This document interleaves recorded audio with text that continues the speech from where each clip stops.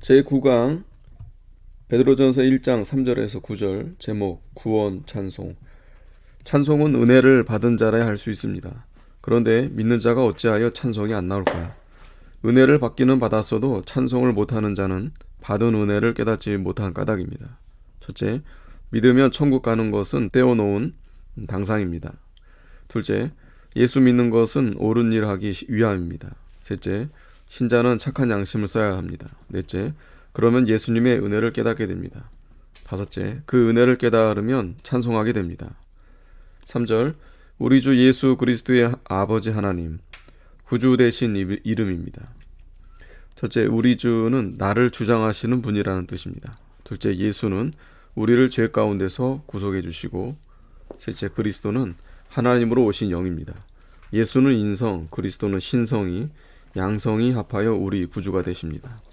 넷째, 하나님, 출애굽기에 말하기를 이스라엘에게는 하나님으로 나타나시고 애굽 사람들에게는 여호와로 나타나셨습니다. 하나님은 보호 구원하시는 신이십니다. 다섯째, 여호와, 무섭고 두렵고 크신 능력으로 나타나신 하나님입니다. 3절, 그 많으신 궁율.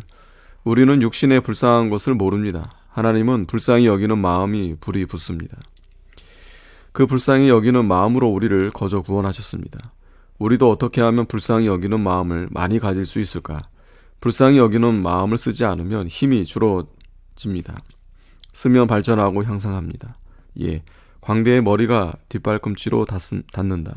또 줄을 잘 탄다. 자꾸 연습을 하여 그렇게 하는 것이다. 불쌍히 여기는 마음을 자꾸 써 먹어야 들어갑니다. 쓰지 않으면 오므라집니다. 사랑하는 마음도 자꾸 쓰는 대로 더 많이 나옵니다. 중생시켜 놓은 성품이 발육시키는 대로 장성합니다. 예, 바울은 믿음의 사도요, 요한은 사랑의 사도요, 베드로는 소망의 사도이다. 또 진실한 마음을 자꾸 쓰면 진실해지고 사랑하기를 힘쓰면 사랑이 더 커집니다. 유 선교사님은 의사로서 불쌍히 여기는 마음이 많아서 고아들을 보호하고 문둥이를 위로하는 일을 힘썼습니다.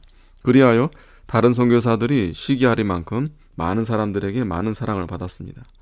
야고보서 2장 13절에 궁휼이 심판을 이기고 자랑한다고 했습니다. 궁휼이 여길 마음이 날 때 막지 말라. 절약해서 다른 사람을 불쌍히 여기라. 이것은 속사람이 자랑하는 것이니 하나님 앞에까지 가서 설 것입니다.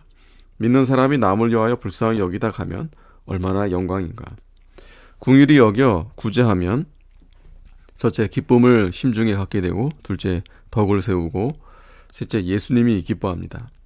산 소망, 소망이 살았다는 것은 어떤 것일까? 첫째, 산 것은 일합니다.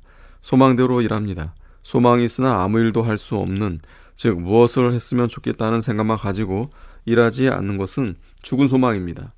우리를 하나님의 자녀로 만들어 놓으셨는데 자녀의 행위를 하지 않는 자는 죽은 소망을 가진 자입니다. 둘째, 예수를 닮아갈 소망이 있습니다.